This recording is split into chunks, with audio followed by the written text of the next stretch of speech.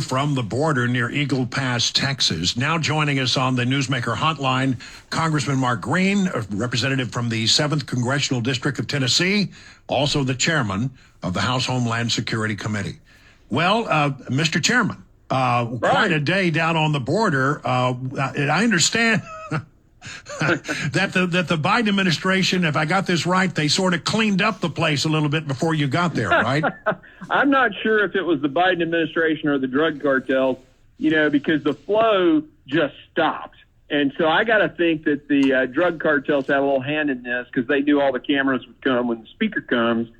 So, we're talking 6,000 a day, and then boom, nothing. The only people that control the flow are the cartels. Well, okay, so you had about 60 members of Congress down there. I explained 64. to the audience, thank you. I explained to the audience the backdrop where we are on Capitol Hill, where Republicans seem to be standing pretty strong and saying, nothing's going to move, really, until you do something about this border situation.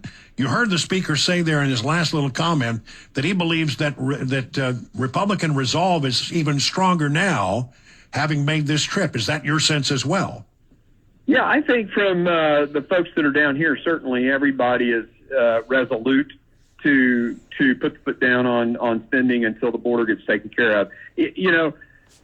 It's all about the package that gets negotiated because we have to have some kind of security at the border. And when the decision, but everybody here is ready to secure the border. All right. So the Speaker of the House, this, I guess, is his first foray down there, or maybe, his most recent at least. What was his thought? What were his thoughts about all this? I think, Mike has been to the border before. This is his first trip as Speaker. And it was great to, as, the chairman of Homeland Security kind of say, hey, look, this is an issue. That's an issue. The most important thing for me to hear him say was that this was his number one priority. And that's above everything else. So I was really, really encouraged to hear that from him. Well, okay, great. And again, we heard some of your comments down there. Listen, I want to get your reaction to a couple of things that the administration has said, okay? Because I'm going to play a couple of little short clips for you. First of all, I want you to disabuse people of this notion that is being laid out there time and time again by Karine Jean-Pierre. Now we are having, we believe, a very productive conversation in Congress with senators on how do we move forward in a bipartisan agreement to deal with the border security. That is important. Now, what we hope is that when Congress gets back, we'll be able to act and get these things moving forward so we can deal with this issue. Congress needs to act. The president took this very seriously on day one. Yeah, see, now she keeps saying it's not us. We did something on day one. Would you explain what it is that the Biden administration did on day one and why it was absolutely a non-starter on Capitol Hill? Well, on day one, they came in and did away with all of the Trump-era policies that were working. They did away with Remain in Mexico. They did away with First Nation, PPP, all that stuff. They did away with it, and it's resulted in the crisis that we have. So they've done exactly the wrong thing. We've shown them that those policies that they have implemented, catch and release, have created an incentive and has caused the mass wave of people coming across. We've shown them that the drug cartels have used that in order to get the fentanyl around, basically overwhelming the Border Patrol, causing Border Patrol to have to, leave the border wide open. Mayorkas has been made aware of it. It's very interesting. A.G. Garland actually admitted that was happening. And yet he's done nothing but double down on the same thing. And that's why this whole budget request from Joe Biden for money for the border is ridiculous because all they want to do is process more people into the country. So, no, I'm not giving Joe Biden any money unless there's policy changes. There have to be policy changes. Are there needs for money? I mean, in H.R. 2, we put more money in there for overtime for Border Patrol, to plus up the Border Patrol. But that won't fix anything if they're just processing more people into the country. Yeah. And that seems to be what they want to do. And by the way, here's the other little clip I wanted to play for you from Secretary Mayorkas. Talking about, he was asked specifically about the 3 million people that are backlogged awaiting immigration processing and adjudication of their cases.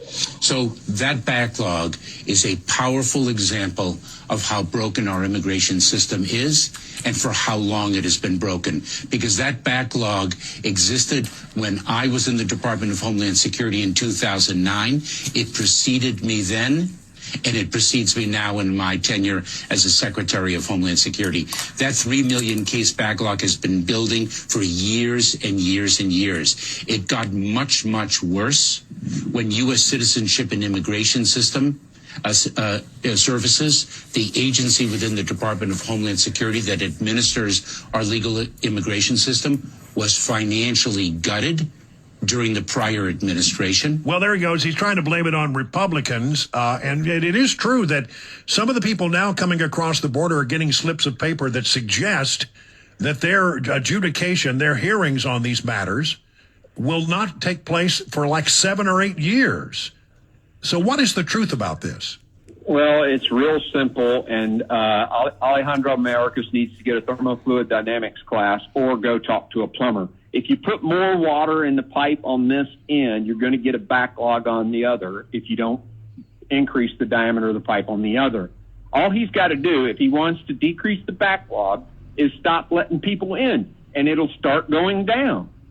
Instead, the number is skyrocketing because he's basically opened the border.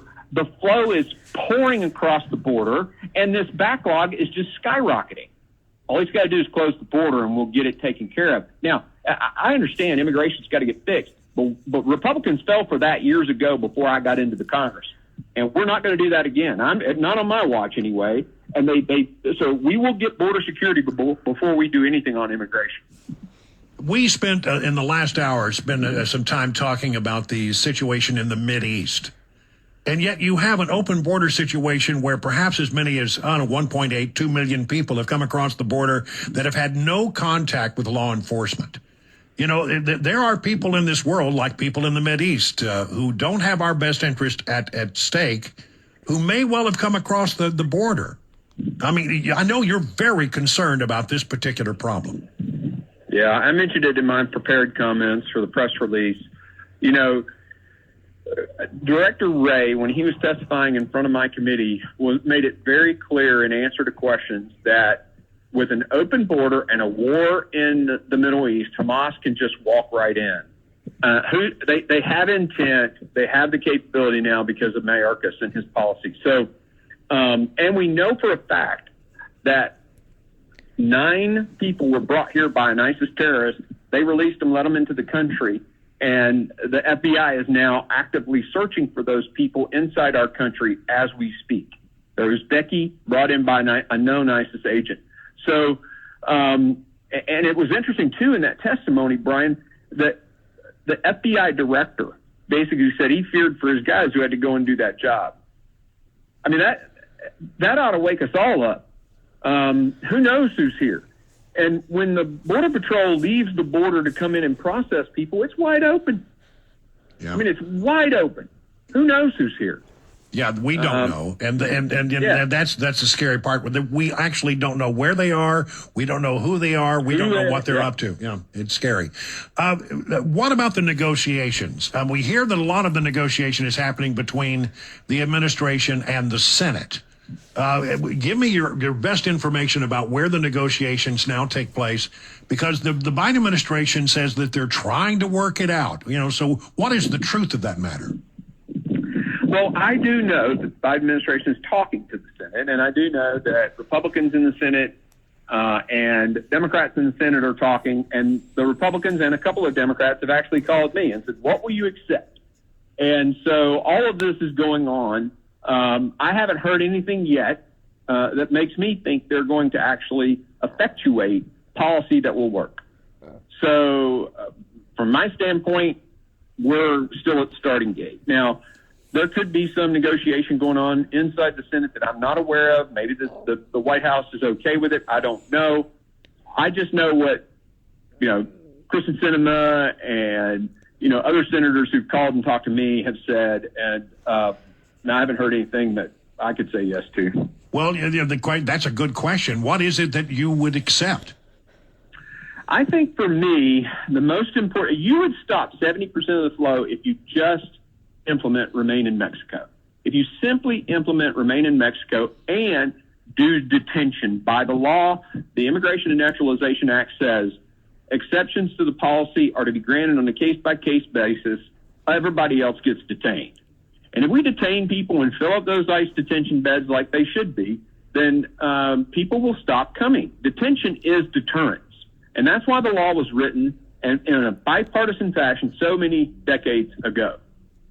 When are we going to get serious and go after the cartels as an enemy combatants? Because that's really what they are. They are doing everything they can to destroy the national security of this country, yet we don't seem to be willing to go after them the way that we have other enemies of our country.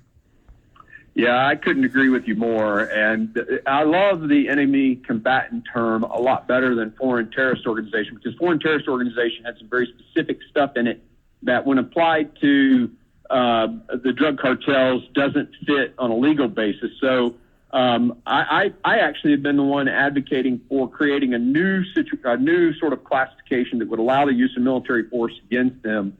That was supposed to be handled by there was a special committee formed on the cartels.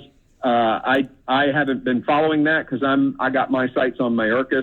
Hopefully they're getting some work done. All right, so Mayorkas, he's going to be impeached, right? I think so. I think we have a really good shot. You know, there were 8 Democrats that voted no on the privilege motion that was made by the other Green with an E. And so I went and talked to all 8 of those. There are 2 that are probably never going to be with us. If we get 5 of the others, and I think we can, because their big concern was due process, you know, and they didn't want to just willy-nilly an impeachment on the floor of the House without having due process. And I wasn't at the time done with my 5-phase investigation into Mayorkas. So they came to me, you're going to finish this. Yes, we're going to finish this. What are you going to do after? Well, we're going to take these articles up and vote on them and mark them up in committee and bring them to the floor. And so they're like, okay, that's what I want to hear. And so I think we get 5 of those, which is what we need, and we pass an impeachment on the floor of the House. But, you know, we'll see. All right. Well, Congressman Mark Green, thank you so much for taking time to be with us from the border on a very